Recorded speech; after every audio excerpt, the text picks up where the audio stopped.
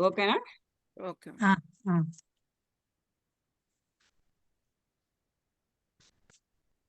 ఆ. ఇప్పుడు బాగుంది మేడం. ఇప్పుడు బాగుంది. అయితే ఏమంటాడంటే నేను శ్లేషాలంకారాలని ఎక్కువ ఉపయోగిస్తాను అని చెప్పేశాడు. ముందే ఆయన వాగ్దా ఒక మాట చెప్పేశాడు. నా నా రచన ఎలా ఉంటుంది అనంటే, నా కావ్యం ఎలా ఉంటుంది అంటే, దీంట్లో శ్లేషాలంకారాలు చాలా ఉంటాయి అని. అందులో భంగశ్లేషని ఎక్కువగా ఉపయోగిస్తారు. భంగశ్లేష అంటే ఇప్పుడు కవేతేన కాండేన అక్కడ పరస్య అన్న శబ్దంలో మాత్రమే శ్లేష. కొన్ని చోట్ల ఎట్లా వస్తుంది, మొత్తం వాక్యమంతా కూడా అఖండంగా శ్లేషలో ఉంటుంది. అయితే ఎక్కువ నేను ఈయన ఉపయోగించింది భంగశ్లేషనే. ఎక్కడికక్కడ అన్నమాట. ఇట్లాంటి శ్లేషను నేను వాడతాను. వాడినందువల్ల మీరు ఏ మాత్రము జంకు, భయము, అమ్మ బాబోయ్! ఇదింత కఠినంగా మరి శ్లేష అంటే చాలా వొకాబులరీ కావాలి. సంస్కృత భాష పైన పట్టు కావాలి. ఆ పట్టు కావాలి అని అన్నప్పుడు మరి నాకు మాటి మాటికి నేను ఆహ్, ఆహ్, ఆహ్, పుస్తకం తీసి ఒక డిక్షనరీ తీసి నిఘంటువులు తీసుకొని చదువుకుంటూ ఉంటే, చూసుకుంటూ ఉంటే కావ్యము నాకు చదవడానికి సాగడం ఎలా సాగుతుంది? ముందుకి సాగలేదు. అందుచేత అందులోనూ ఆ రసం ఏదైతే ఆయన పొందించాలి అనుకుంటున్నాడో, అందించాలి అనుకుంటున్నాడో, ఆ శృంగార రసం కానీ, వీరరసం కానీ, హాస్యరసం కానీ, భయానకం కానీ ఇందులో భయానక రసం గూడా ఉంది. భయానక రసం కానీ, ఇలాంటివన్నీ కూడా శ్రోతలకు, పఠితులకు కలిగించాలి అనుకుంటే, ఇలా శ్లేషాలంకారాల మూలాన ఎక్కడికక్కడ ఆగిపోతూ ఉంటే, మరి ఆ రసం యొక్క పరిపుష్టి ఎలా అవుతుంది? అవ్వదు. అందుచేత చాలా చాలా మంది కవులు ఏం చేస్తారంటే శ్లేషాలంకారాన్ని అక్కడనే వాడుకుంటారు. ఎక్కువగా కావ్యంలో వాడరు. కాళిదాసు లాంటి వాళ్ళైతే చాలా అసలు మినిమమ్. అలా వాడతారు. ఇట్లాంటివి ఉన్నప్పుడు ఎట్లా ఈ శ్లేషాలంకారాన్ని నేను మొదలుపెడుతున్నాను. కానీ మీరంతా కూడా భయం చెందవలసినటువంటి అవసరం లేదు అని చెప్తున్నాడు. కఠినా అపి భంగశ్లేషమయీ శైలి. నా శైలి భంగశ్లేషలతో కూడి ఉన్నటువంటి నా కావ్య శైలి కావ్య రచనా చారుత్వేన కోమల కావ్యాపేక్షయ. కోమలంగా అంటే ఆహ్, కాళిదాసు, భవభూతి వీరిలాగా కోమలంగా, సుకోమలంగా ఉపమాలంకారాలే అధికంగా వాడి అలాంటి ఉత్ప్రేక్షాలంకారాలు వాడి ఇవేంటి కొంచెం తొందరగా అర్థమయ్యేవి. ఉపమ గాని, ఉత్ప్రేక్ష గాని, రూపకాలంకారం కానీ, దీపకాలంకారం కానీ, ఇవే అందుకనే ఈ 4 ఆయన ముందు నాట్యశాస్త్రంలో చెప్పాడు. ఆ తర్వాత రకరకాలైనటువంటి భేద ప్రభేదాలు వచ్చినాయి అలంకారాల్లో. ఈ అలంకారాలు ఈ కోమలమైనటువంటి అంటే చదవగానే అర్థమయ్యేటటువంటివి రసపరిపుష్టిని అర్థమవడము అంటే రసపరిపుష్టిని కలిగించే ఆ కావ్యాల కన్నా కావ్య రచన చారుత్వేన కావ్య రచన యొక్క సౌందర్యాన్ని, కావ్య సౌందర్యాన్ని అందించడంలో ఉత్కృష్టం రసం అనుభావయతి. ఈ భంగశ్లేషమయీ శైలి ఇది ఉత్కృష్టం రసం అనుభావయతి. చాలా ఉత్కృష్టమైనటువంటి రసాన్ని అనుభవింప చేస్తుంది. అంటే ఇది ఎంత కోమలంగా ఉండదు. కోమలంగా, సుకోమలంగా ఉండదు. కొంచెం అంతకన్నా ఉత్కృష్టంగా ఉంటుంది. కానీ తత్ న తత్ర ఉద్వేగః కార్యః. అమ్మ బాబోయ్! ఇది ఇలా ఉందే అని మనము ఉద్వేగం ఎవరు కూడా ఉద్వేగం అంటే ఆవేదన, ఆందోళన. మనకిది అర్థం కాదులే అని పక్కకి పెట్టేయటం. అలాంటివన్నీ కూడా మీరు చేయవలసినటువంటి అవసరం లేదు. అలా ఉద్వేగం పొందవలసినటువంటి అవసరము, ఆందోళన పొందాల్సినటువంటి అవసరము లేదు. ఎందుకంటే కా శ్లో ఉద్వేగः కార్యः తత్ న ఉద్వేగः కార్యः ఇది శ్లోకద్వయేన అని 2 శ్లోకాల్లో చెబుతున్నాడు. శ్లోకం చదువుతారా? చదువుతాను మేడం. వాచః హ్మ్. కాఠిన్యమాయాంతి భంగశ్లేష విశేషతః నోద్వేగస్తత్ర కర్తవ్యో యస్మానైకో రసః కవేః. యస్మాన్ నైకో రసః కవేః. వాచః కాఠిన్యమాయాంతి భంగశ్లేష విశేషతః న ఉద్వేగः తత్ర కర్తవ్యः యస్మాత్ న ఏకః రసః కవేః. వాచః అంటే వాక్కులో అంటే ఆ కావ్యం యొక్క రచనలు కాఠిన్యమాయాంతి. కాఠిన్యము, కఠినత్వము ఉంటుంది అని భంగశ్లేష విశేషతః.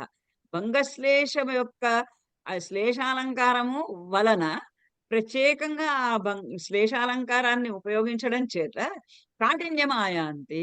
కాఠిన్యం కఠినంగా ఉంటుంది. కావ్యము తన రచన కఠినంగా ఉంటుంది. వాక్కులో అంటే 2 రకాలుగా మీనింగ్ వచ్చేటట్టు మాట్లాడితే మరి వెంటనే అర్థం కావడం కష్టం గదా! కష్టం. ఇప్పుడు మామూలుగా మాట్లాడే భాషలో కూడా ఈ 2 అర్థాలు వచ్చేటట్టుగా మాట్లాడితే అది ఎదుటి వ్యక్తికి తెలుసుకోవడానికి చాలా కష్టం. అంచేత అట్లాంటి ఇది వస్తుంది అని ఆయాంతి ఇది న ఉద్వేగః తత్ర కర్తవ్యః. అక్కడ నా కావ్యము పట్ల ఉద్వేగః న కర్తవ్యః. మీరెటువంటి ఉద్వేగము, ఎటువంటి ఆవేదన, ఎటువంటి ఆందోళన ఇలాంటివి చెందవలసినటువంటి అవసరము లేదు. ఎందుచేతనంటే యస్మాత్ ఏ కారణం చేతనంటే కవికి న ఏకః రసః. అతనికి ఒక్క రసం పట్లే ఆసక్తి ఉండదు. కవి అయినటువంటి వాడు కావ్యంలో శృంగార రసం ఇవ్వాలనుకుంటాడు, హాస్యరసం ఇవ్వాలనుకుంటాడు, భయానకము, బీభత్సము, అద్భుతము, కరుణ ఇలాంటి అన్ని రకాలు ప్రయోగించాలి అని అనుకుంటాడు. అంతేగాని ఒకటే రసము మొదటి నుంచి చివరి దాకా అని అతను అనుకోడు. కవి యొక్క అభిప్రాయం ప్రకారము అన్ని అందుకనే మరి నవరసాలు వచ్చినాయి. అందులో ఒకటి అంగిరసంగా ఉంటుంది. ఒకటి ప్రధాన రసంగా ఉంటుంది. మిగతావన్నీ కూడా అంగరసాలుగా ఉంటాయి. దానికి తోడ్పడేవిగా ఉంటాయి. ఆ వీరరసానికి తోడ్పడేటట్టుగా ఉంటాయి. అలానే ఇప్పుడు రామాయణంలో కరుణ రసము అంటారు. అన్ని చోట్ల కరుణనే ఉందా? లేదు. లేదు. కొన్ని చోట్ల వానరులందరూ కలిసి ఆ మధువనంలో చిందులాటలన్నీ కూడా హాస్యరస స్ఫూర్తిగా ఉంటాయి. ఇలా కావ్యంలో రకరకాలైనటువంటి రసాలు కావాలి అని అనుకుంటాడు కాబట్టి కవేహే ఏకః రసః అన్న. అతనికి ఏకః రసః ఒక్క రసం పైననే ఆసక్తి ఎప్పటికీ ఉండదు.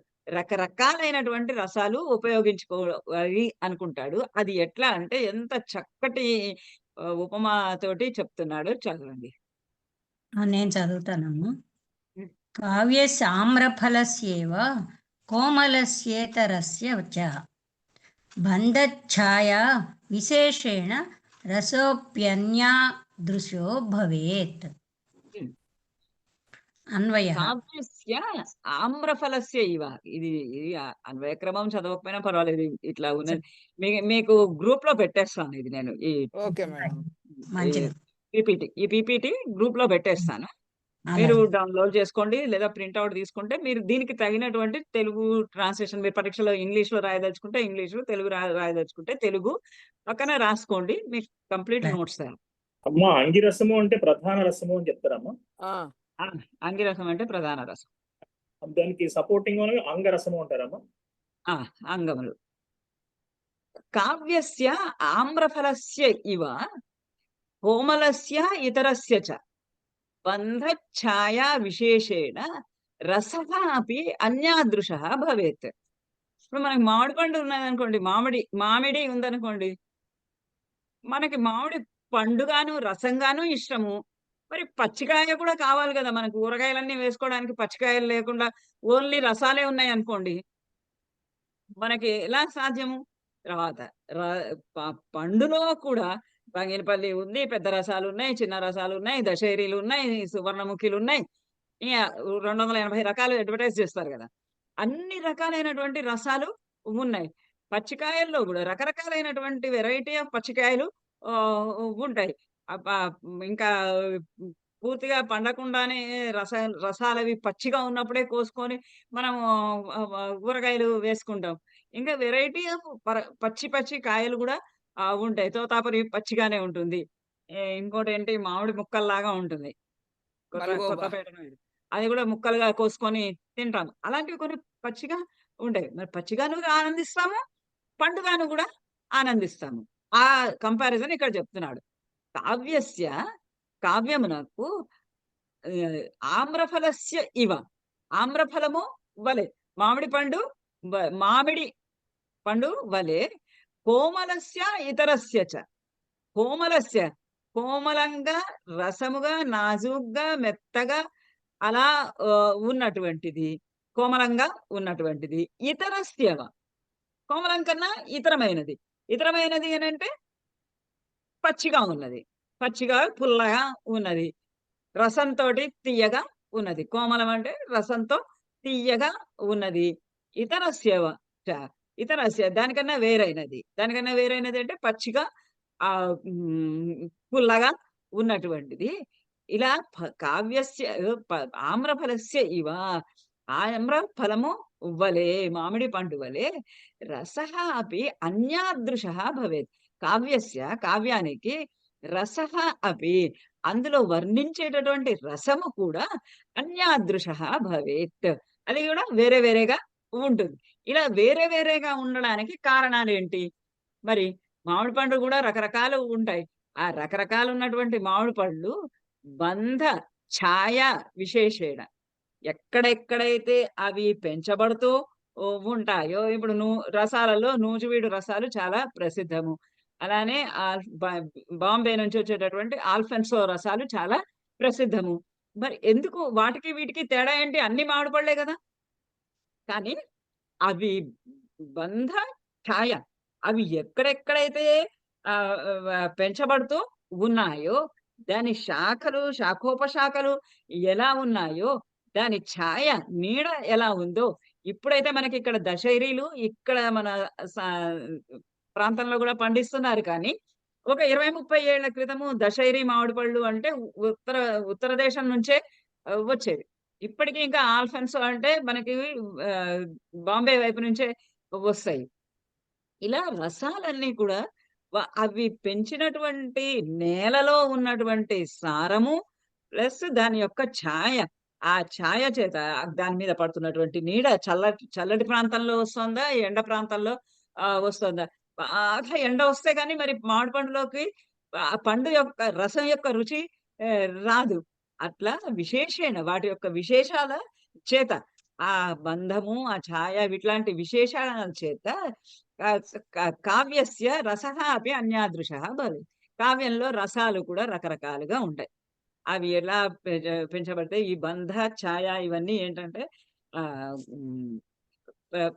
కావ్యంలో ఉపయోగించేటటువంటి రసాలు, గుణములు, వృత్తులు అని కావ్యానికి సంబంధించినటువంటి టెక్నికల్ టర్మ్స్ ఉన్నాయి. గుణములు అంటే మాధుర్య గుణము, ఓజో గుణము, ప్రాసాద గుణము, ఇంకా చాలా గుణాలు ఉన్నాయి. ఇవి 3 ప్రసిద్ధము. అందరు అలంకారికులు అంగీకరించినవి. ఇందులో ఓజో గుణము అంటే ఎక్కడైతే యుద్ధ సన్నివేశాలు వర్ణిస్తున్నారో, లేదా ఎక్కడైతే ఉద్ధతమైనటువంటి పదాల యొక్క ప్రయోగం చెయ్యాలో, భీముడు, దుర్యోధనుడు ఇట్లాంటి వాళ్ళ యొక్క మాటలు ఇప్పుడు దుర్యోధనుడు మాట్లాడేలాంటి మాటలే అర్జునుడు మాట్లాడాడనుకోండి, కృష్ణుడు మాట్లాడాడనుకోండి, ఎట్లా ఉంటుంది? అది కొంచెం అపహాస్యంగానే ఉంటుంది. అలానే వీళ్ళు మాట్లాడేటటువంటి కోమలమైనటువంటి కృష్ణుడు మాట్లాడేలాంటి సుకోమలమైనటువంటి మాటలు ఏవైతే ఉన్నాయో అవి దుర్యోధనుడి నోట్లో నుంచి వస్తాయనుకోండి, అది అపహాస్యమవుతుంది. అందుకని ఏ పాత్రకు తగ్గట్టుగా ఆ పాత్రకి, ఏ సన్నివేశానికి తగినట్టుగా ఆ సన్నివేశానికి, ఏ దానికి తగ్గట్టుగా ఆ ఓజో గుణము, మాధుర్య గుణము, ప్రసాద గుణములు. అంటే మాధుర్య గుణం అంటే చాలా వరకు శృంగార రసంలో ఉపయోగించేది. ప్రసాద గుణము అంటే అన్ని రకాలైనటువంటి సందర్భాల్లో ఇలా రకరకాలైనటువంటి గుణాలు వీటిని బంధములు అంటారు. అంటే ఆ కవి యొక్క రచనా శైలి, బంధము, ఛాయ అంటే రకరకాలైనటువంటి వృత్తులు, ఆ వృత్తి అని అంటారు. ఆ గౌడీ వృత్తి, ప్రాంచాలి వృత్తి, ఇలా ఈ వృత్తులు ఏవైతే ఉంటాయో వీటిలన్నిటి మూలాన మరి కావ్యంలో ఉండేటటువంటి రసంలో కూడా తేడా వస్తుంది. అందుకని ఇక్కడ అన్వయంలో చూడండి, తథైవ అదే విధంగా కావ్యస్య బంధ ఛాయా విశేషేణ రసః అపి అన్యాదృశ. కావ్యంలో కూడా మరి ఆ రచన శైలిలో కానీ, ఆ కోమలత్వంలో కానీ, ఇతర కోమలం కన్నా మించినటువంటి వేరే అయినటువంటి దాని వల్ల ఇక్కడ కూడా కావ్యంలో కూడా రకరకాలైనటువంటి మార్పులు, రకరకాలైనటువంటి రసముల యొక్క భేదము కనపడుతూ ఉంటుంది. అందుచేత మీరు ఇక్కడ శ్లేష వల్ల మీకు చాలా కఠినత్వం వచ్చింది అని మీరేమి వద్దు. మీరేమి ఆందోళన చెందవద్దు అని అక్కడ చెప్పి ఇంకా తన వంశాన్ని కవి వంశం గురించి వర్ణిస్తూ ఉన్నాడు. ఇంకా మధ్యలో ఒక 15, 16 అయినట్టున్నాయి. చదవాలా మేడం? నెక్స్ట్ మాత్రం ఒక 3వ లైన్ వరకు చదవండి. Okay madam. కవి వంశాది వర్ణనం కింద డివైడ్ చేసింది మేడం, అది చదువుతున్నాను. సమస్త ముని మనుజ వృందారక వందనీయ పాదార విందస్య. సమస్త ముని మనుజ వృందారక వందనీయ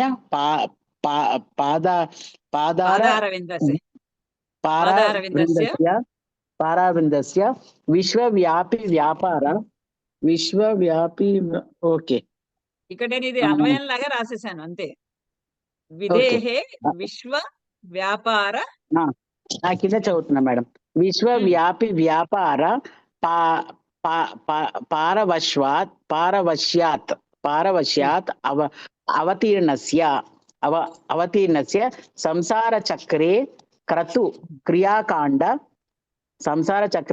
క్రియాకాండ శౌండస్య శౌండిల్యనా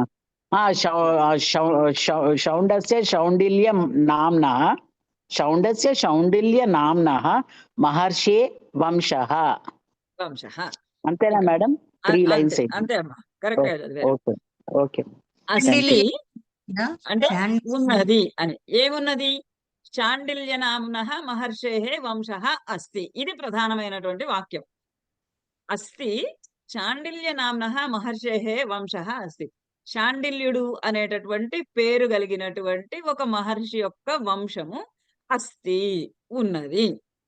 ఒక గొప్ప మహర్షి, ఒక గొప్ప ఋషి అయినటువంటి వాని యొక్క వంశము ఒకటి ఉన్నది. ఎక్కడ ఉన్నది ఈ వంశము అంటే సమస్త ఎట్లాంటిది, ఎక్కడున్నది, ఎట్లాంటిది అంటే సమస్త ముని మనుజ బృందారక వందనీయ పాదారవిందస్య భగవతః విధేహే. భగవతస్య విధేహే విధేహే భగవతస్య, ఆ బ్రహ్మదేవుని యొక్క సమస్తమైనటువంటి ముని మనుజ వృంద, మునులు, మరి ఇంకా మనుషులు, మానవులు అంటే మన ప్రపంచంలో మునులున్నారు, మనుషులున్నారు, అందరూ ఉన్నారు. ఆ ముని మనుజులు, ఆ మునులు, మహర్షులు, మరి మనుషులు, మానవులు, వీరందరి యొక్క బృంద అంటే సమూహం, వీరందరి సమూహం చేత బృందారక అందులో కూడా శ్రేష్ఠులైనటువంటి వారు. అంటే శ్రేష్టత్వం లేకపోతే భగవంతుని యొక్క స్వరూపం ఎవరు తెలుసుకోలేరు.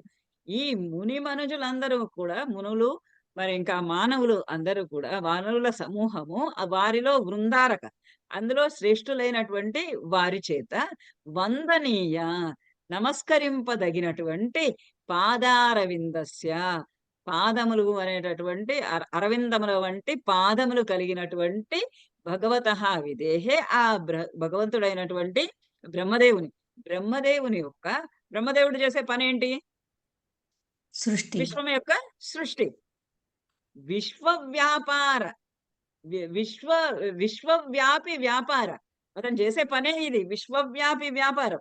విశ్వవ్యాపి వ్యాపారం అంటే ప్రపంచమంతా కూడా, విశ్వమంతా కూడా వ్యాపింపజేసేటటువంటి వ్యాపారం ఆయన యొక్క కార్యం. ఆ సృష్టి కార్యం, సృష్టి అంతా సృష్టించేటటువంటి ఆ కార్యమునందు పారవశ్యాత్, ఆయన పరవశించి చేస్తున్నాడు. ఆ మానవులందరూ కూడా, మునులు, మానవులందరూ కూడా నమస్కరింపదగినటువంటి పాదాలు, పద్మముల వంటి పాదాలు కలిగినటువంటి ఆ బ్రహ్మదేవుడు ఒక్కసారి ఆ సృష్టి చేస్తున్నటువంటి కార్యంలో నిమగ్నమైపోయి ఉన్నాడు. సృష్టి వ్యాపార పారవశ్యాత్, ఆ పారవశ్యంలో నిమగ్నమైపోయి ఆ సృష్టిని సృష్టించేటటువంటి కార్యంలో నిమగ్నమైపోయినప్పుడు అవతీర్ణస్య సంసార చక్రే, అప్పుడు ఆయన ఆ పరవశంతోటి, అంటే ఇప్పుడు ఇట్లా కోవిడ్ అవన్నీ వచ్చేటటువంటి విశ్వం కాదు. చాలా అందంగా, ఆనందంగా, ఆరోగ్యంగా ఉన్నటువంటి ఒక విశ్వాన్ని ఆయన సృష్టి చేస్తూ ఉన్నటువంటి ఆ క్రమంలో పరవశంతోటి, అంటే ఇంత బ్రహ్మాండమైన సృష్టిని నేను చేశాను అని ఆయనే ఆనందించుకుంటూ ఉన్నాడు. ఆనందిస్తున్నటువంటి సమయంలో అవతరించినటువంటి సంసార చక్రే, ఈ మొత్తము సంసారం భూమి పైన ఉన్నటువంటి మొత్తం ఆయన విశ్వమంతా సృష్టి చేస్తున్నాడు. ఆ సృష్టి చేస్తూ ఉన్న సమయంలో ఈ భూమి పైన అవతరించినటువంటి వారిలో క్రతుక్రియాకాండ షౌండస్య, షౌండ అంటే నిపుణుడు. ఎందులో నిపుణుడు? క్రతుక్రియాకాండములు అంటే ఆ యజ్ఞయాగాదులు నిర్వర్తించటము అనే దాని యందు షౌండస్య నిపుణుడైనటువంటి శాండిల్యుడు అనే పేరు కలిగినటువంటి ఒక మహర్షి యొక్క వంశము అస్తి, ఉన్నది.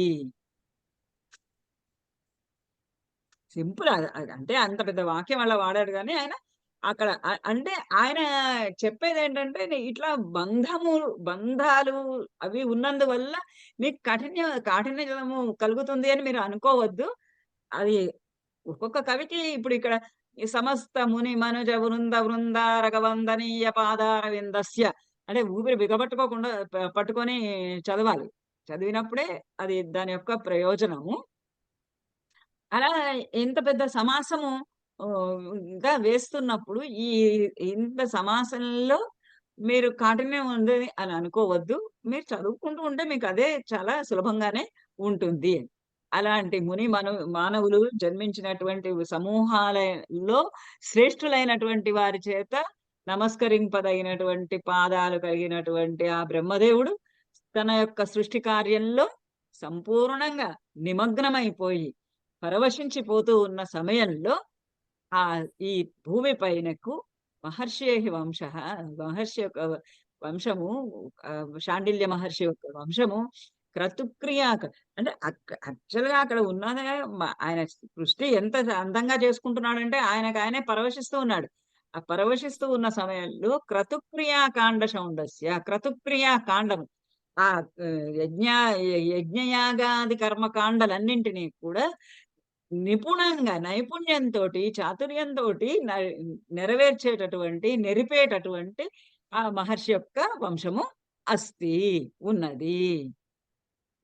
నెక్స్ట్ చదవండి. జ్యోతిర్వల్లి, మీరు మొదలు పెట్టారు కదా, ఈ పారాగ్రాఫ్ కంప్లీట్ చేయండి. మేడం అదే నేను చదవచ్చు.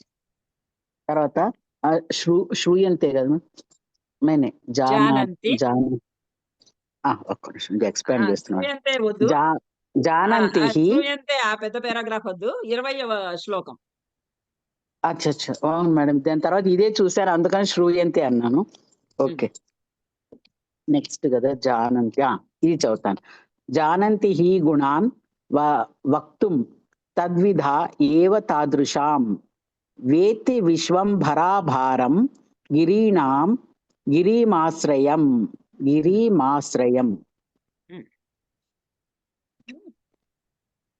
అంతేనా మేడం? అది అంతే. ఓకే, అంటే అన్వయం ఉంది, అంటే కింద అన్వయం ఉంది, చదవాలని చూస్తున్నాను మేడం. చదవకపోయినా చదివేసేయండి, కంటిన్యూషన్. అలాగే మేడం. అన్వయ తాదృశాం గుణాన్ వక్తుం తద్విధాః ఏవ జానంతి హి గిరీణాం గిరిం ఆశ్రయం భారం విశ్వంభరా ఏవ వేత్తి విశద యశసాం తేషాం వంశే స్వమతి వికసద్వేద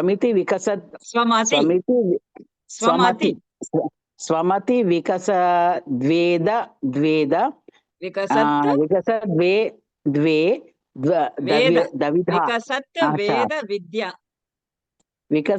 వేద విద్యా వివేకః దేవాదిత్యః శ్రీధరస్య ఆత్మజః అభూత్. ఇది తైహి కూడా చదవాలి మేడం. తైహి ఆత్మగుణైః ఏన త్రిలోక్యాః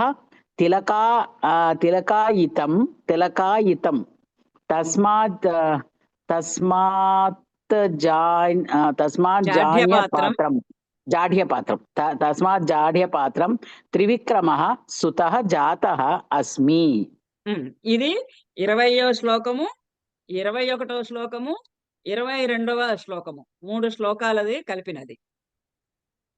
అయితే ఆ శౌండిల్య అంటే క్రతుక్రియాకాండస్య అన్నాడు కదా, ఆ మహర్షి యొక్క వంశంలో ఎలాగా సేవా తత్పరులైనటువంటి వారు ఉన్నారు అని అది ఆ పారాగ్రాఫ్ తీసేసాము.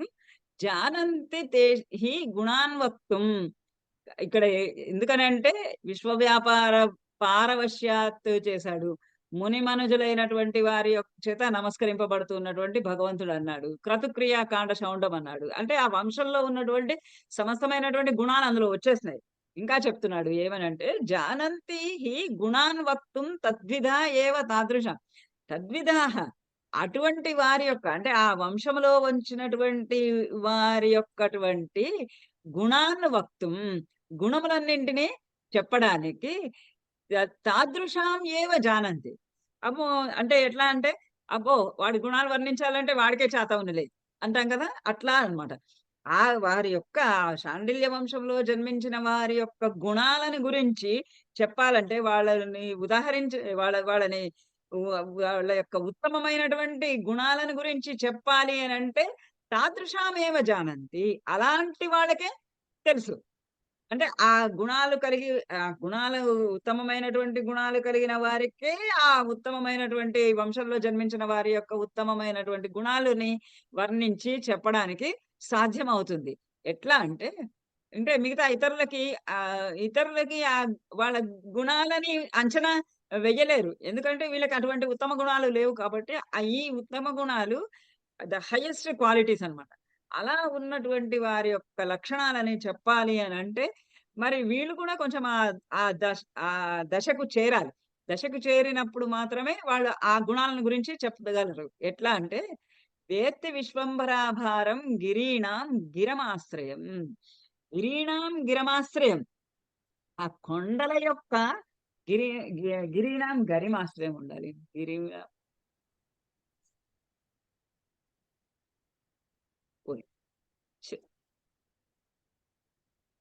గిరీణాం పర్వతాల యొక్క కొండల యొక్క పర్వతాల యొక్క గరిమాశ్రయం. వాటి బరువు ఎంత ఉన్నది అని, కొండల యొక్క బరువు ఎంత ఉంది, పర్వతాల యొక్క బరువు ఎంత ఉంది, హిమాలయ పర్వతాల యొక్క బరువు ఎంత ఉంది అని చెప్పాలంటే ఎవరికి తెలుస్తుంది అంటే విశ్వంభర ఏవ వ్యక్తి, విశ్వంభర ఏవ తద్భారం వేత్తి. విశ్వంభర మాత్రమే అంటే విశ్వాన్ని భరించేటటువంటి ఆ భూమికి మాత్రమే ఆ పర్వతముల యొక్క గిరమాశ్రయం, వాటి యొక్క బరువు, ఆ బరువు ఎంత ఉన్నది అనేటటువంటి ఆ భారాన్ని విశ్వంభర వేత్తి. విశ్వంభరకే తెలుసు. ఆ భూమిని అంతా మోసేటటువంటి పర్వతాలన్నింటినీ మోసేటటువంటి ఆ భూమికే తెలుసు ఆ పర్వతాల బరువు ఎంత ఉన్నది అని.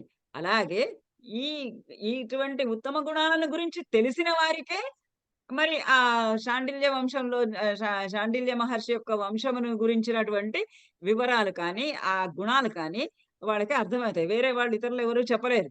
కేవలము ఆ అలాంటి గుణాలను గురించి తెలిసిన వాళ్ళే ఆ గుణాలను గురించి చెప్పగలుగుతారు. ఏ విధంగా అయితే భూమికి మాత్రమే కొండల యొక్క పర్వతముల యొక్క భారాన్ని గురించి తెలిసినట్లుగా వీళ్ళకి మాత్రమే తెలుసును అని అంటున్నాడు. అని అటువంటి వంశంలో విశద యశసాం తేషాం వంశే వారి యొక్క వంశములో విశద యశసాం వారి యొక్క కీర్తి అంతా కూడా అన్ని వైపులకు విస్తరించి ఉన్నది. అన్ని వైపులకు విస్తరించి ఉన్నటువంటి వారి యొక్క కీర్తిని కీర్తి కలిగినటువంటి ఆ వంశము నందు స్వమతి వికసత్ వేద విద్యా వివేక దేవాదిత్య. స్వమతి అంటే ఈయనకి అంతా ఎక్కువగా బాగా చదువుకోవాల్సిన అవసరం లేకుండానే స్వమతి తనంతట తనకే, తన మనసులో తనకే స్వమతి అందే అంటే పూర్వజన్మ సుకృతం చేత అంటే ఆ శాండిల్య మహర్షి యొక్క వంశంలో జన్మించడము చేత స్వమతి వికసత్. తన మతిలోనే అంటే తన బుద్ధిలోనే, తన ప్రతిభలోనే వికసత్ వికసించినటువంటి అంటే పరిఢవిల్లినటువంటి వేద విద్యా వివేక, వేద విద్యా జ్ఞానం కలిగిన వాడు. అంటే తన తన తన మనసులోనే ఆ పూర్వజన్మ సుకృతం చేత అంటే పలానా వంశంలో ఉండడం చేత మనం చూస్తూ ఉంటాము చైల్డ్ ప్రోడజీ అని చూస్తూ ఉంటాం. సంగీతం వచ్చినటువంటి వారి వంశంలో పుడితే మరి 4 ఏళ్ల పిల్లలే వాళ్ళు అద్భుతమైనటువంటి కచేరీలు చేస్తూ ఉంటారు. ఇట్లా పౌరోహిత్యం చేసుకునే వాళ్ళని చూస్తే 8 ఏళ్ల పిల్లాడే ఉపనయనం అయిన వెంటనే వాళ్ళు మొత్తము సత్యనారాయణ వ్రతాలు ఇలాంటివన్నీ చేయించేయగలుగుతారు. ఎలా చేయించగలుగుతారు అని అంటే ఆ వంశంలో జన్మించటం వల్ల ఆ వంశం యొక్క గుణగణాలన్నీ కూడా వాళ్ళకి బై బర్త్ జన్మాదిగా వచ్చేయడం చేత స్వమతి తన మతి అందే, తన బుద్ధి అందే వికసత్ వేద విద్యా వివేక, ఆ వేద విద్యా వివేకమంతా కూడా ఆయన మనస్సులోనే వికసించింది. వికసించినటువంటి దేవాదిత్యుడు అనేటటువంటి వ్యక్తి పేరు శ్రీధరస్య ఆత్మజ, శ్రీధరుని యొక్క కుమారుడు. శ్రీధరుని యొక్క కుమారుడైనటువంటి దేవాదిత్యుడు ఎవరైతే తన యొక్కటువంటి ప్రతిభ చేత, తన యొక్క జన్మాదిగా వచ్చినటువంటి బుద్ధి చేత వేద విద్యా జ్ఞానము కలిగినటువంటి వాడు అభూత్ ఉండెను. అంటే ఇక్కడ శ్రీధరుని కొడుకు శాండిల్య వంశంలో శ్రీధరుడు జన్మించాడు. పరంపరగా శాండిల్యుడికే కాదు ఆ వంశంలో ఆ శ్రీధరునికి దేవాదిత్యుడు అనేటటువంటి కుమారుడు జన్మించారు. అతడు తైః ఆత్మగుణైః ఏన త్రిలోక్యాః తిలకాయితం. ఏ దేవాదిత్యుడైతే తైః ఆత్మగుణైః ఆయన యొక్క తైః అంటే ఆయా ఆత్మగుణైః అంటే ఆత్మగుణముల చేత. ఆత్మగుణముల చేత అంటే ఆత్మగుణములు అంటే ఏవి?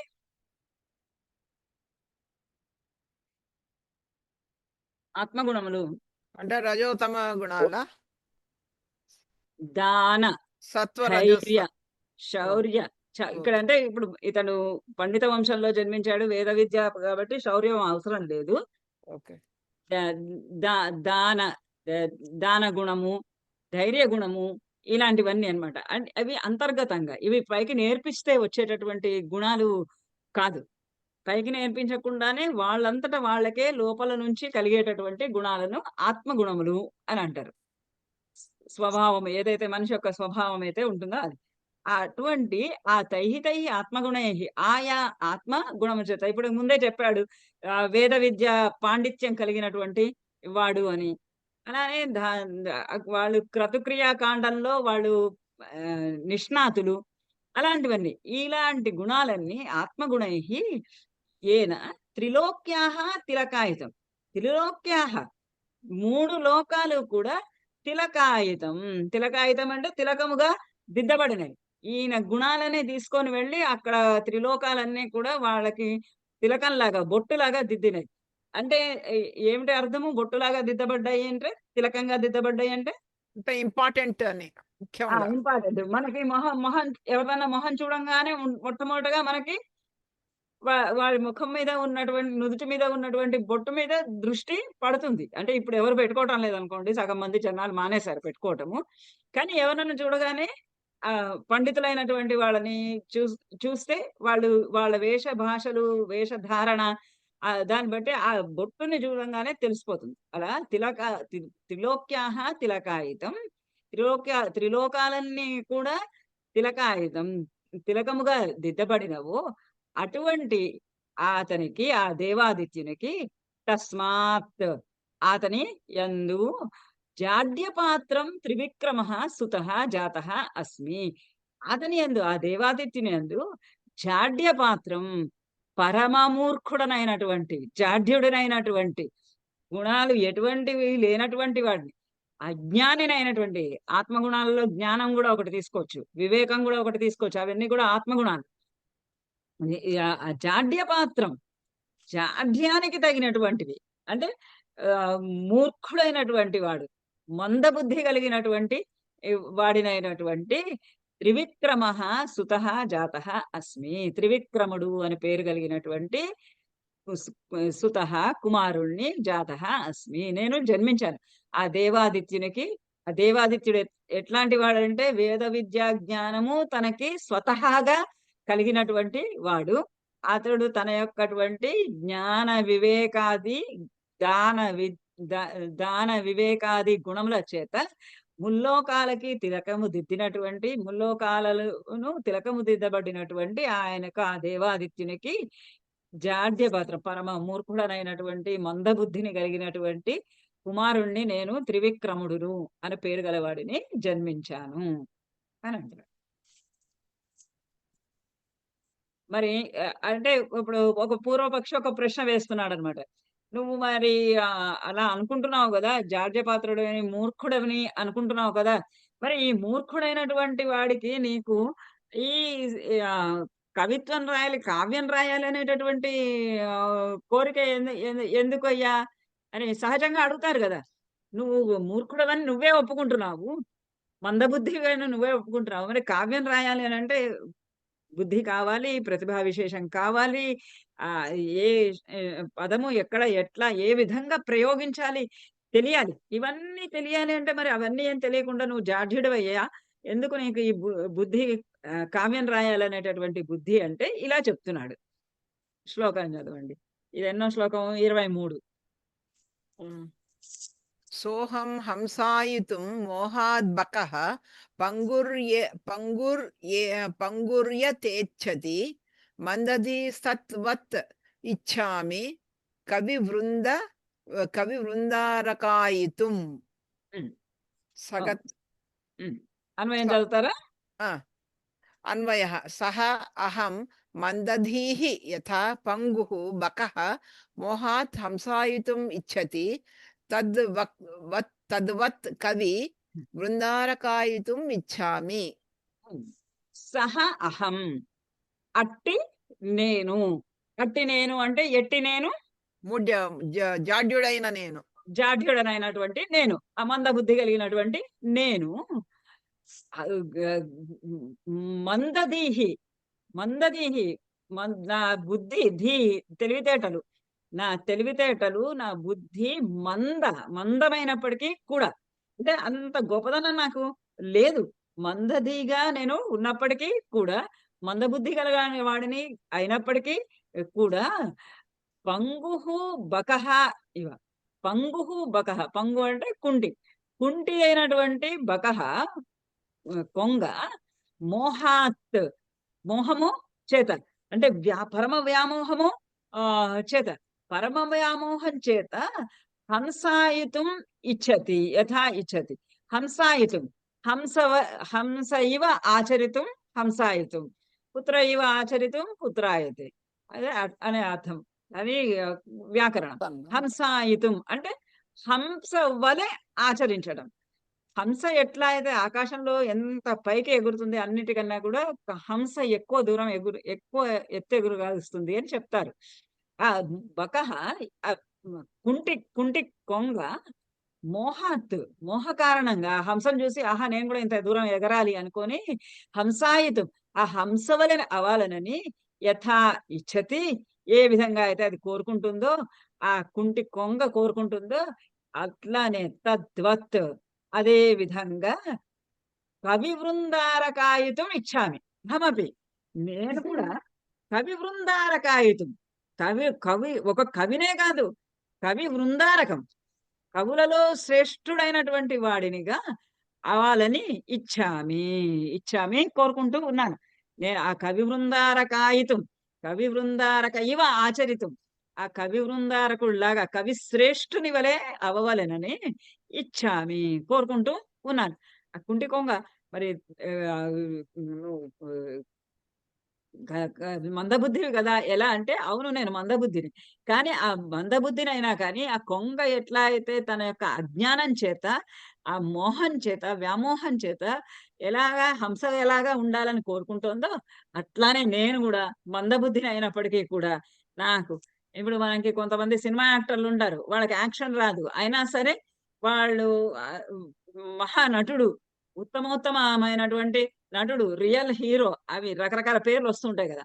అలాంటివన్నీ కూడా పేరు తెచ్చుకోవాలి అనేటటువంటి కోరిక, ఆ గొప్ప కవి శ్రేష్ఠుడు అనేటటువంటి స్థానాన్ని పొందాలి అని నేను కూడా కోరుకుంటున్నాను. అందుచేత ఈ కావ్యం రచిస్తున్నాను అని తనను తాను సమర్థించుకుంటూ ఉన్నాడు.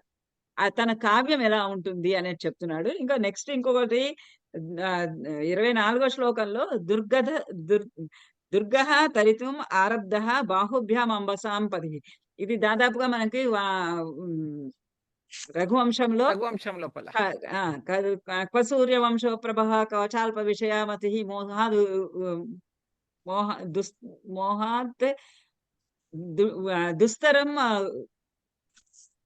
మర్చిపోయాను అక్కడ ఒక వర్డ్. అదే తెప్ప మీద సముద్రాన్ని తెప్ప మీద దాటాలనుకుంటున్నామని. దుస్తరం మోహాత్ ఉడిపోయిన అస్మి సాగరం. మోహాత్ ఉడిపోయిన అస్మి సాగరం. అజ్ఞానంతో నేను ఇక్కడ మోహము అంటే అజ్ఞానం కూడా తీసుకోవచ్చు. అజ్ఞానం చేత చిన్న తెప్పతోటి నేను సముద్రం ఎట్లా అయితే దాటాలి అనుకుంటున్నానో అలా రఘువంశ రాజులను గురించి వర్ణించాలని కోరుకుంటున్నాను. నా యొక్క అల్పమతితోటి, నా చిన్న బుద్ధి, నా తెలివి ఎంతది అని అంటే చిన్న చిన్న విషయాలు మాత్రమే తీసుకోగలుస్తుంది. అలాంటిది చేస్తున్నాను అన్నాడు. అట్లాంటిదే ఈయన కూడా ఒకటి చేతులతోటి, ఆయనేమో తెప్పతోటి అంటే ఈయన చేతులతోటి సముద్రాన్ని దాటాలి అని కోరుకుంటున్నాను అని అన్నాడు అని చెప్పాడు. 26వ శ్లోకం చూసుకోండి. చదువుతారా ఎవరైనా? చదవండి, మీరు మొదలెట్టండి, మీరు కంప్లీట్ చేసేయండి. సంగత సూరసార్థేన రమ్య మేరుచిరాశ్రయాః నందనోద్యాన నందనోద్యానమాలేవ స్వస్థైరాలోక్యతాం కథా. సురసార్థేన సంగత రమ్య మేరుచిరాశ్రయ నందనోద్యానమాలా ఇవ కథ స్వస్థైః అవలోక్యతాం. ఆలోక్యతాం అవలోక్యతాం ఏదైనా ఒకటే. అమ్మ క్షమికమ్మ, నా దగ్గర ఉన్న పుస్తకం జోసుల గంగాధర్ ప్రసాదరావు గారిదండి. కొంచెం తేడాగా ఉంది. మీరు రాసిన పుస్తకం నేను కొనుక్కోవాలండి మరి? మధ్యలో కొన్ని మరి అంటే ఆయన చెప్పే పద్ధతిగా ఉంటుంది. కాకపోతే ప్రతిపదార్థాలు తాత్పర్యం మాత్రం ఎవరు ఏమీ మార్చడానికి వీలు లేదు. ఎందుకంటే అది త్రివిక్రమ భట్టు రాసింది. అంటే కొన్ని శ్లోకాలు మధ్యలో వేరే ఉన్నాయి, తేడాగా ఉన్నాయండి, చాలా డిఫరెంట్ గా ఉన్నాయి. ఇప్పుడు ఇంత ముందు చెంది అది ఒక్కటే పూర్తిగా ఒక్కలాగా ఉంది. సోహం హంసాయితం మోహాత్ ఇది సేమ్ ఒక్కలా ఉంది, కానీ మిగిలిన తేడాగానే ఉన్నాయి. తేడాగా లేదమ్మా, నేను వాటిని ప్రోజ్ ఆర్డర్ లోకి మార్చాను. ఇది 21 ఇప్పుడు మీరు నేను అచ్చుగుద్దినట్టు అక్కడ ఉన్నది ఇక్కడే కాకుండా దాన్ని కొంచెము తేలికగా అర్థం అవడం కోసంకి అక్కడ ప్రోజ్ ఆర్డర్ లోకి మార్చాను. మీకు చెప్పాను ఇందాక నేను 20, 21, 22 కలిపి ఈ స్లైడ్ అని. ఇంతకుముందు మా ఈ బుక్ లో 21 and 24 ఇప్పుడు ఈ స్క్రీన్ లో ఉన్నాయి శ్లోకాలు. నెంబర్లు మారుతాయా? నెంబర్లు మారడానికి నంబర్లు వేరే ఉన్నాయి. ఒకటి సోహం అనేది 21st శ్లోకం ఇచ్చినాడు మేడం. సంగత 24th నంబర్ వేరే ఉంది అంతే. నెంబర్లలో మార్పు వస్తుందండి.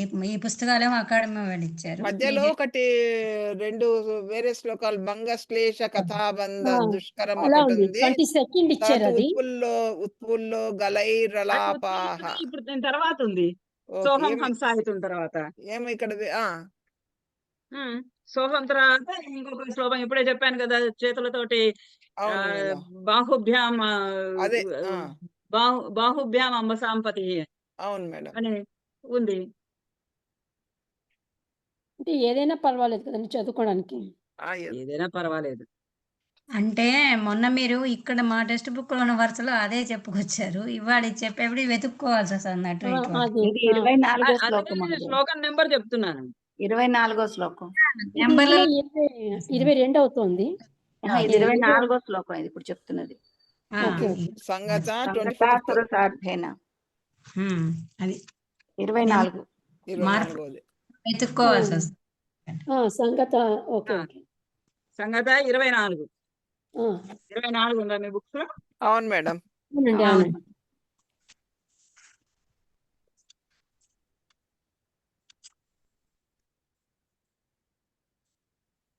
సరే కానీ ఇప్పుడైతే దొరికింది కదా. దొరికింది మేడం. కొంచెం పేజీ తిప్పుకొని వెతుక్కునే వాళ్ళసి వస్తుంది అంతే. సంగత సురసార్థేన, ఇది మళ్ళీ కొంచెము శ్లేషతో కూడినటువంటిది, శ్లేష అలంకారంతో కూడినటువంటి శ్లోకము.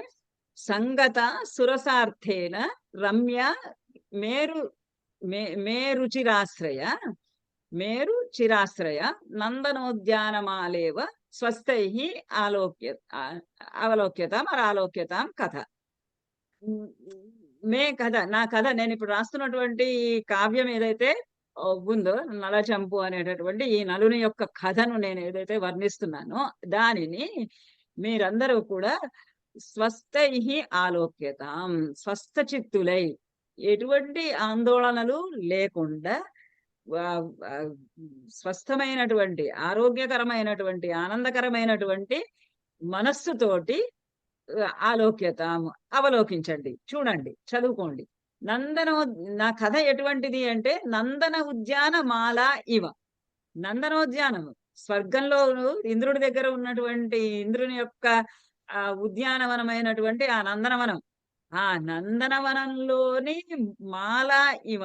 ఆ నందనోద్యానంలో, ఆ నందన వనంలో ఎలా అయితే చెట్లన్నీ వరుస క్రమంలో ఉంటాయో అలా ఉన్నటువంటి నా కథను మీరందరూ కూడా గ్రహించండి అంటున్నాడు.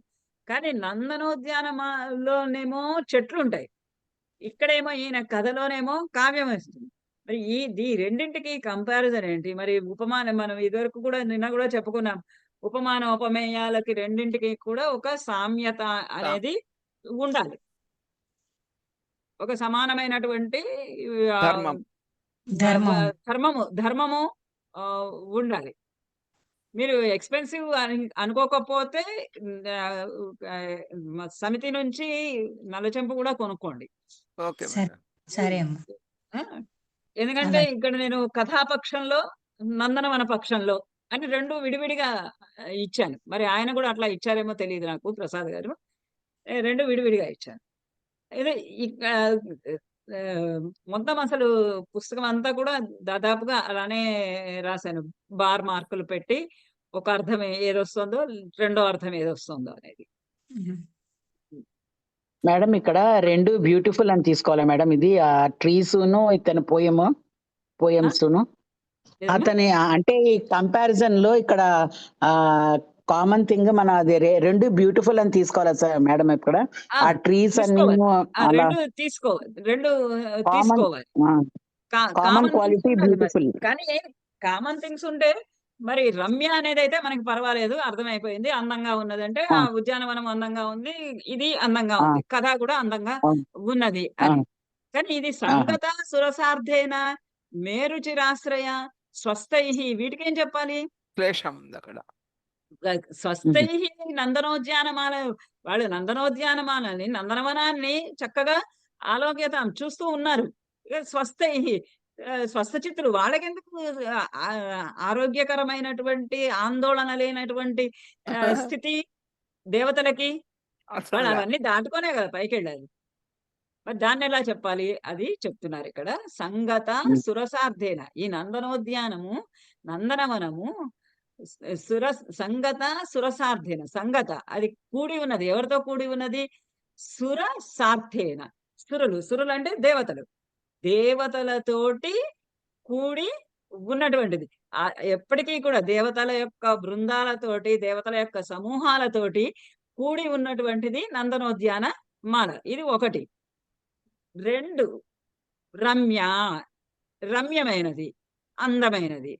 మూడు, మేరు చిరాశ్రయ, ఇది ఎక్కడుంది? మేరు పర్వతానికి దగ్గరగా ఉంది.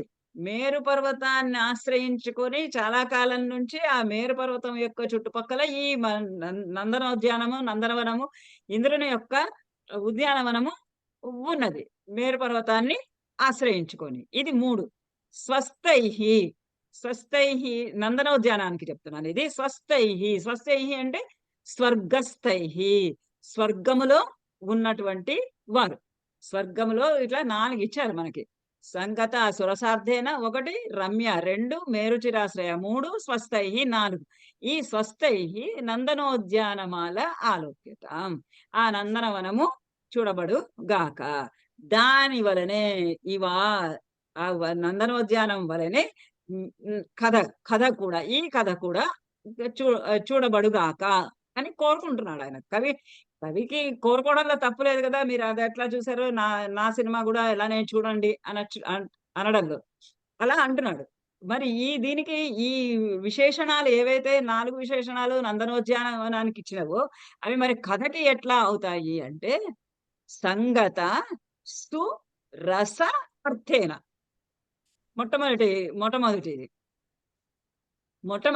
సంగత కూడి ఉంది. దేంతో కూడి ఉంది? సు రస అర్థేన, చక్కటి సుందరమైనటువంటి రసము, మరి ఇంకా అర్థము. శృంగారాది సుందరమైనటువంటి రసాలతోటి, చక్కటి కథతోటి, అర్థంతో కూడి ఉన్నటువంటి కథ. అర్థం అంటే ఒక ప్రయోజనంతో కూడి ఉన్నటువంటి కథ. ఆ కథను మీరు గమనింతురుగాక అంటున్నాడు. ఇది అయిపోయింది. 2 రమ్య అనేది అయితే అది సుందరము, కథ కూడా సుందరము, రెండింటికి కామనే ఉంది. 3 మేరుచిరాశ్రయ. నందనోద్యానానికి ఏం చెప్పుకున్నాము? మేరుచిరాశ్రయ అంటే మేరు పర్వత సమీపంలో ఉన్నది, సమీపంలో మేరు పర్వతాన్ని ఆశ్రయించుకొని ఉన్నది అని చెప్పుకుంటున్నాం. ఇక్కడ మరి కథకు వచ్చేటప్పటికి ఏం చెప్పాలి? రమణీయ చెప్పు. కాదు, రమణీయమైంది రమ్య అయిపోయింది. రెండోది అయిపోయింది. రెండో దానిలో శ్లేష లేదు. అందుకనే ఆయన భంగశ్లేష అంటున్నాడు. రెండో దాంట్లో శ్లేష లేదు. అది సుందరమైంది.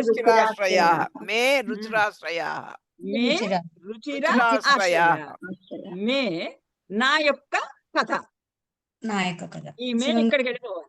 మే కథ, నా కథ, నేను చెప్తున్నటువంటి కావ్య కథ. రుచిర ఆశ్రయ. అది చాలా మనోహరంగా ఉంది. నలదమయంతుల కథ వింటేనే అంతకుముందు చెప్పుకున్నాము, కలిదోషాలన్నీ కూడా నివృత్తి అయిపోతాయని. అది అసలు కథనే అసలు ఆ హంసతోటి వర్తమానం పంపించటము, దేవతలందరూ వచ్చి స్వయంవరంలో కూర్చోవడం, ఆ కథ వింటూ ఉంటేనే చాలా ఆనందదాయకమైనటువంటి కథ. రుచిర ఆశ్రయ, రుచిరత్వంతో కూడి ఉన్నది, మనోహరంగా ఉన్నటువంటిది, రమ్యంగా ఉంది, మనోహరంగా ఉంది, సుందరంగా ఉన్నటువంటిది. ఇక్కడ స్వస్థైహి, స్వస్థ చిత్తులై అంటే ఎటువంటి తడబాటు లేకుండా.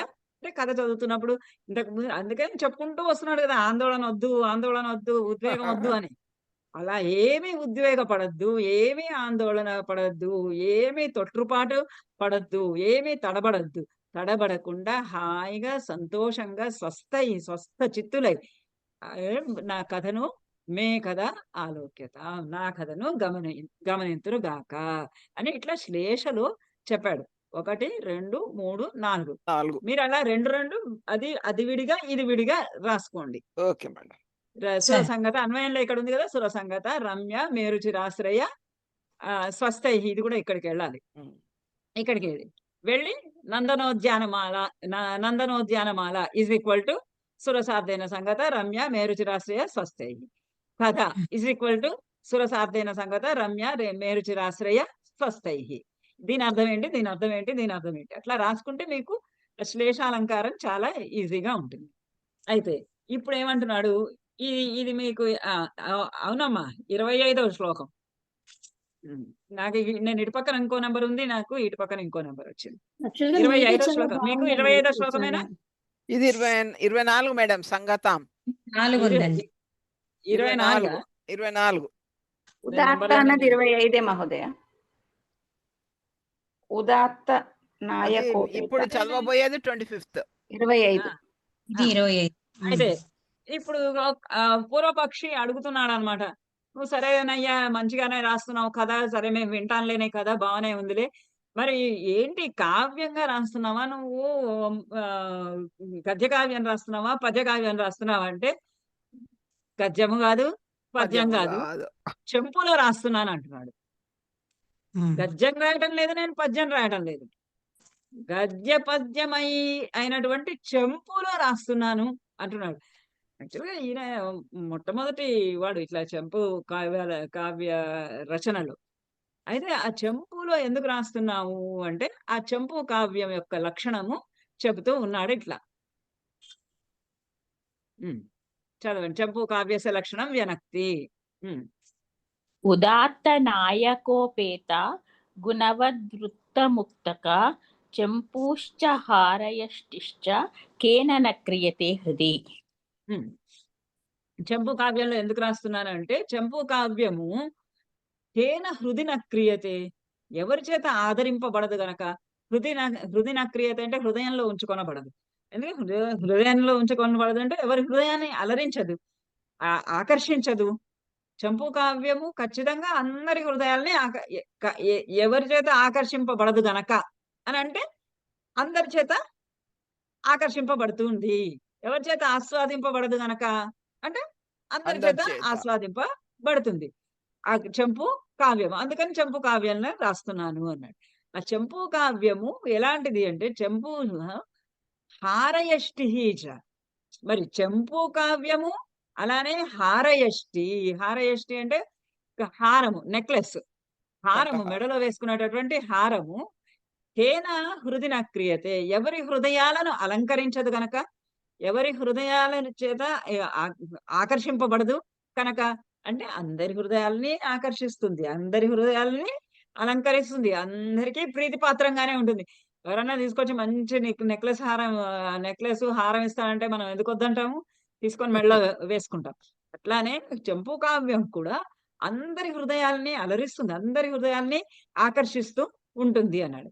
మరి ఇప్పుడు ఈ చెంపు కావ్యానికి హారయష్టికి రెండింటికి కలిసినటువంటి కామన్ క్వాలిటీస్, సాధారణమైనటువంటి ధర్మాలు ఏవి అంటే రెండింటికి కూడా ఉదాత్త నాయకోపేత గుణవత్ వృత్త ముక్తకాహ. చెంపు కావ్యము మరి ఉదాత్త నాయకోపేత, ఉదాత్తమైనటువంటి కావ్యాలలో ఉదాత్త నాయకుడు, ధీరోదాత్త, ధీరలలిత, ధీరశాంత, ధీర ప్రశాంత అని 4 రకాలైనటువంటి నాయకుల్ని భరతుడు నాట్యశాస్త్రంలో వర్ణించాడు. వాట్లల్లో ధీరోదాత్త నాయకుడు చాలా ఉత్తమోత్తముడైనటువంటి నాయకుడు. శౌర్య, ప్రతాప, సద్గుణములన్నీ కూడా దాన ధైర్య ఇత్యాదికములైనటువంటి గుణాలన్నీ కూడా, పెద్దల పట్ల గౌరవము, వేద విద్య జ్ఞానం కలిగినటువంటి వాడు. దశరూపకంలో చదువుకున్నారు కదా, దశరూపకంలో ధీరోదాత్త. మీరు కాదు, మాకు లేదు మేడం, ఇంకొక నెక్స్ట్ ఇయర్ మీకు. అట్లాంటి ఇది వేద విద్య పట్ల ఆదరణ కలిగినటువంటి వాడు. అలాంటి వాడు ఉదాత్తమైనటువంటి ధీరోదాత్తుడైనటువంటి నాయకుడు. రాముడు, దుష్యంతుడు ఇలాంటి వాడు. దుష్యంతుడు అంటే అభిజ్ఞాన శాకుంతలంలోని దుష్యంతుడు. ఇలాంటి వీళ్ళంతా కూడా ఈ చెంపు కావ్యం కూడా నలమహారాజు. ఈ చెంపు కావ్యం కూడా అట్లాంటి ఉదాత్తమైనటువంటి ధీరోదాత్తుడైనటువంటి దత్తుడు, మహాత్ముడు అయినటువంటి నాయక ఉపేత, నాయకుడు కలిగి ఉన్నది చెంపు కావ్యం. అంటే ఒక మంచి నాయకుడిని గురించినటువంటి, ఒక మహాత్ముడైనటువంటి నాయకుడు, ఒక గొప్పవాడైనటువంటి నాయకుడి కథని గురించి రాస్తూ ఉంటే అది అందరికీ కూడా ఆకర్షింపబడుతూనే ఉంటుంది. అట్లాంటిది చెంపు కావ్యము. ఇంకా గుణవత్, గుణములు కలిగి ఉన్నది. ఇందాక చెప్పుకున్నాం కదా, ప్రసాద, మాధుర్య, ఓజో గుణములు, అలాంటి గుణములు కలిగి ఉన్నది. వృత్త, మళ్ళీ ఇందులో ఏమో చెంపు కావ్యంలో వృత్తాలు కూడా ఉన్నాయి, అంటే శ్లోకాలు కూడా ఉన్నాయి, పద్యములు కూడా ఉన్నాయి. ముక్తకాహ, అలా కాకుండా ముక్తకాహ అంటే ఎక్కడికక్కడ విడివిడిగా అయిపోయినవి. ఏ పారాగ్రాఫ్ ఆ పారాగ్రాఫ్, ఏ పారాగ్రాఫ్ అంటే తెలుగులో ఏ ఏ భాగానికి ఆ భాగం. ముక్తకాలంటే ముందు దానితోటి వెనక దానితోటి సంబంధం లేని దానిని ముక్తకములు అంటారు. భర్తృహరి సుభాషితాలు అవి ఉంటాయి కదా, అవన్నింటిని ముక్తకాలు అంటారు. అంటే దానికి ముందు కథతోటి కానీ వెనక కథతో కానీ సంబంధం లేకుండా విడివిడిగా ఉన్నటువంటి భాగాలు. అలా ఉన్నటువంటిది ఈ చెంపు కావ్యం. గుణవత్తు, వృత్తము, ముక్తకములతోటి కూడి ఉన్నటువంటి చెంపు కావ్యము కేన హృది న క్రియతే. మరి దీంతో పాటు సమానంగా హారయష్టి అన్నాడు కదా, ఆ హారయష్టి నెక్లెస్ ఏ విధంగా ఉంటుంది?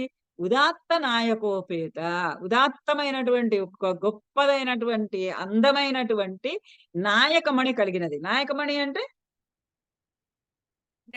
పెండెంట్ మాదిరి. పెండెంట్.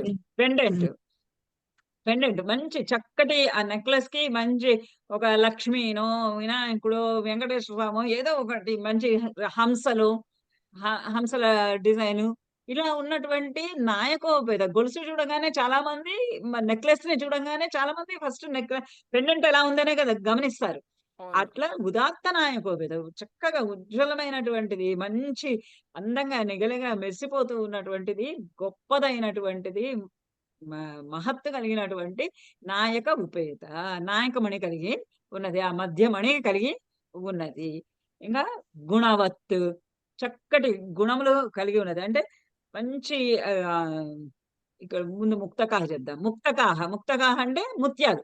ముత్యాలు ఎటువంటి ముత్యాలు అంటే గుణవత్, గుణవంతములైనటువంటివి, పుచ్చులు పురుగులు సొట్టలు గిట్టలు లేకుండా ఉన్నటువంటి మంచి ముత్యాలతోటి, గుణవంతమైనటువంటి మంచి ముత్యాలతోటి కూడినది. వృత్త, గుండ్రని ఆకారంలో ఉన్నటువంటి ముత్యాలతో కూడినటువంటి నా పెద్ద మంచి మధ్యమణితోటి, నాయకమణితోటి కూడి ఉన్నటువంటి ఆ హారయష్టి, ఆ నెక్లెస్, ఆ హారము కేన హృదిన క్రియతే, ఎవరి చేత హృదయం పైనకి ఆకర్షింపబడదు, ఎవరి హృదయాన్ని అలంకరించదు.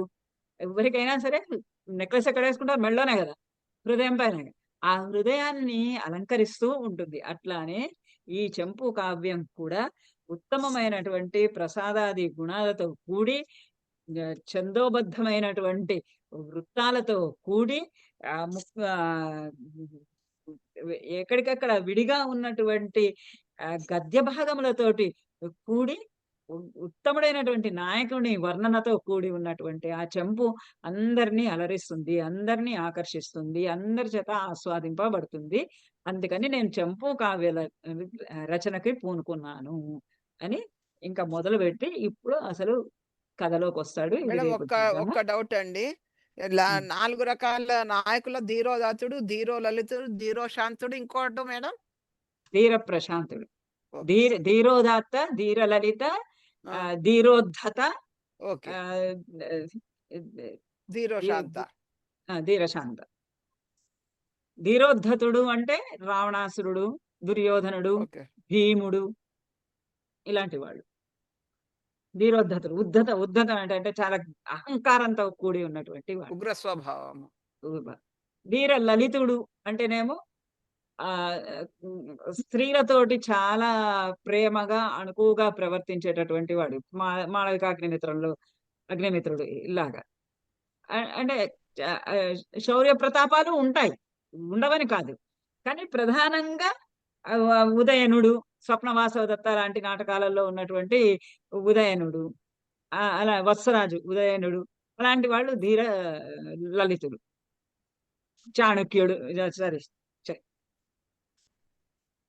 మృచ్ఛకటిక నాటకం, చారుదత్తుడు లాంటి వాళ్ళు ధీర. చారుదత్తుడు ప్రశాంతుడికి తీసుకెళ్తారు. లలితుడు అంటే స్త్రీలతోటి సౌమ్యంగా ప్రవర్తించేటటువంటి వాడు. వీళ్ళ నలుగురిలో ధీరోద్ధతుడే చాలా ఉత్తమోత్తముడైనటువంటి నాయకుడు. ఎగ్జాంపుల్ మేడం దానికి ధీరోదాత కూడా ఎగ్జాంపుల్ అలా చెప్తారా మేడం? రాముడు చెప్పినారా? ఓన్లీ రాముడు, దుష్యంతుడు, నల మహారాజు. అచ్చా దుష్యంత, నల మహారాజు. ఓకే.